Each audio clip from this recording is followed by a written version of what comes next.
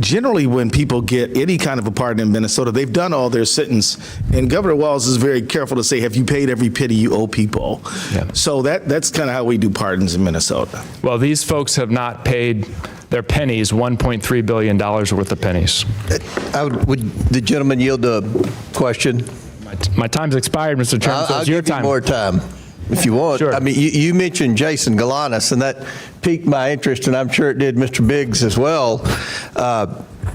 And I think, and you are correct, he did defraud an Indian or a Native American pension fund. Do you know who his partner was? I know all the background of it. The point is, he stole money from Would you people. state who his partner was? Is Hunter Biden. And Jason Galanis served in prison for how long, Mr. Biggs? 2 years. No, that's incorrect. No, that's he false. served in prison for years. Many years. And they were equal partners, and Galanis blew the whistle during our Biden investigation, and he was raped. He was raped in prison right after that. So that's correct. Will the victims of his fraud get their money back? I don't know. Maybe ask Hunter Biden.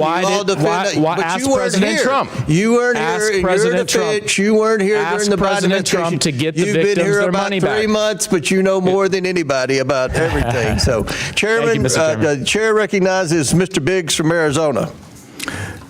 Thank you, Mr. Chairman, and I'm glad you brought it up because of the 10 partners in that fraud that you mentioned. 9 of them went to prison. Do you know who the one partner was that didn't go? Your buddy, Hunter Biden. That's right. Hunter Biden didn't go. And by the way, you must not have been here. I don't think you were here when I introduced all these documents earlier before I had to leave to go to judiciary, talking about of the 1,500 criminals pardoned by Joe Biden in 1 week, 24 of them were fraudsters that had hundreds of millions of dollars of restitution forgiven by Joe Biden. Now I'm going to go now to Mr. Ellison. Will the gentleman yield? No, no, I've had enough of you. Let's talk to Mr. Ellison. Mr. Ellison, isn't it true that when you were a member of Congress, you sponsored the Money Remittances Improvement Act of 2014? It was H.R. 4386. Do you remember that? Congressman, I think that's accurate. Yeah, I mean, I get you. We all introduced lots of bills, but that bill's purpose was to give more authority to states to investigate remittance payments. Do you remember that? Congressman, I believe that the purpose of that bill was to facilitate financial transactions for Minnesotans who needed them. Well, in reality, you shifted remittance payment investigations to the states, and that was supported by the Somali American Remittances Association. You may not remember that, but that was. Congressman, could you remind me, did that bill ever pass? H.R. 4386. So it was supported by the Somali American Resistance Association, and it was so important to you.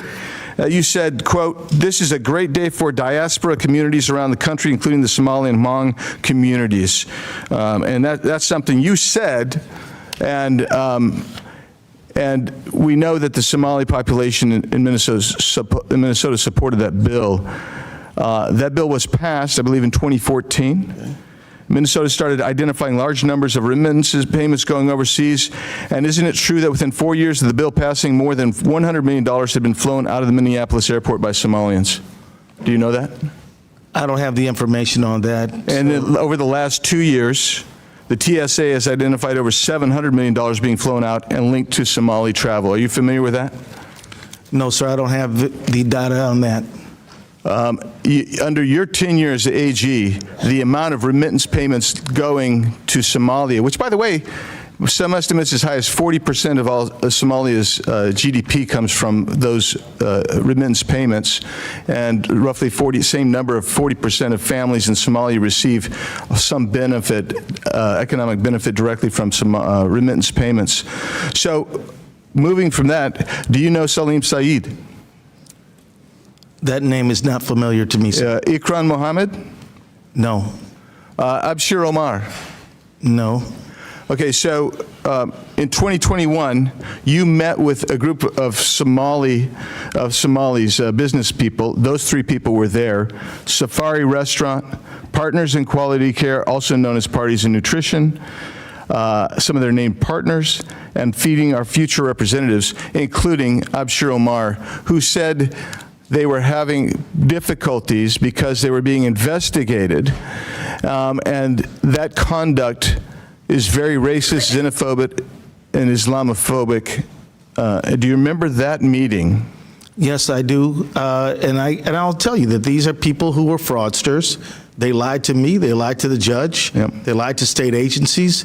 And, well, and that's why we contributed to them being convicted. Well, let's go on from that, because you may not remember some of the things you said to them specifically, and maybe we should play this video. I don't know if do we have the video queued up? If we have the video queued up, well, that's fine. Let's do it. You call them and say, this is not in the right format. Not you're out. You're done. Your contracts are over. And so this has my attention. I'm extremely frustrated by it, but we are in the middle of a battle with the agencies now. And I can tell you this. Walls agrees with me that this piddly, stupid stuff running small people out of business is terrible. Yeah, because what you thought was terrible there was that these people were being investigated for fraud, and you later took $10,000 in campaign donations from these same individuals. Do you remember that? I would disagree with that characterization entirely, sir. I'm sure you would. No, what I would... Because it's surely uncomfortable for you, but you took $10,000 from those same people that were ostensibly supposed to be investigated. Yeah. No, that's actually inaccurate. No, it's not inaccurate. Well, it is. First of all... You're entitled to say it's inaccurate, but the facts are the facts. And my time's expired, Mr. Chairman, but I do have some UC requests. Go ahead. Thank you, Mr. Chairman. Minnesota AG, who took $10,000 from convicted scammers, dismisses fraud scandal as political theater. Without objection. Amy Bach alleges Governor Tim Walz, Attorney General Keith Ellison knew of Minnesota fraud. Without objection. Walz and Omar using ICE operations to distract from fraud scandal. Without objection. Tim Walz accused of stonewalling key probe as Somali fraud sweeps his state. Without objection. Conservatives blast Dems, Walz for likening ICE agents to Nazi police force. Without objection. Tim Walz urges Minnesotans to resist federal occupation. Without objection. Tim Walz was a COVID-19 tyrant.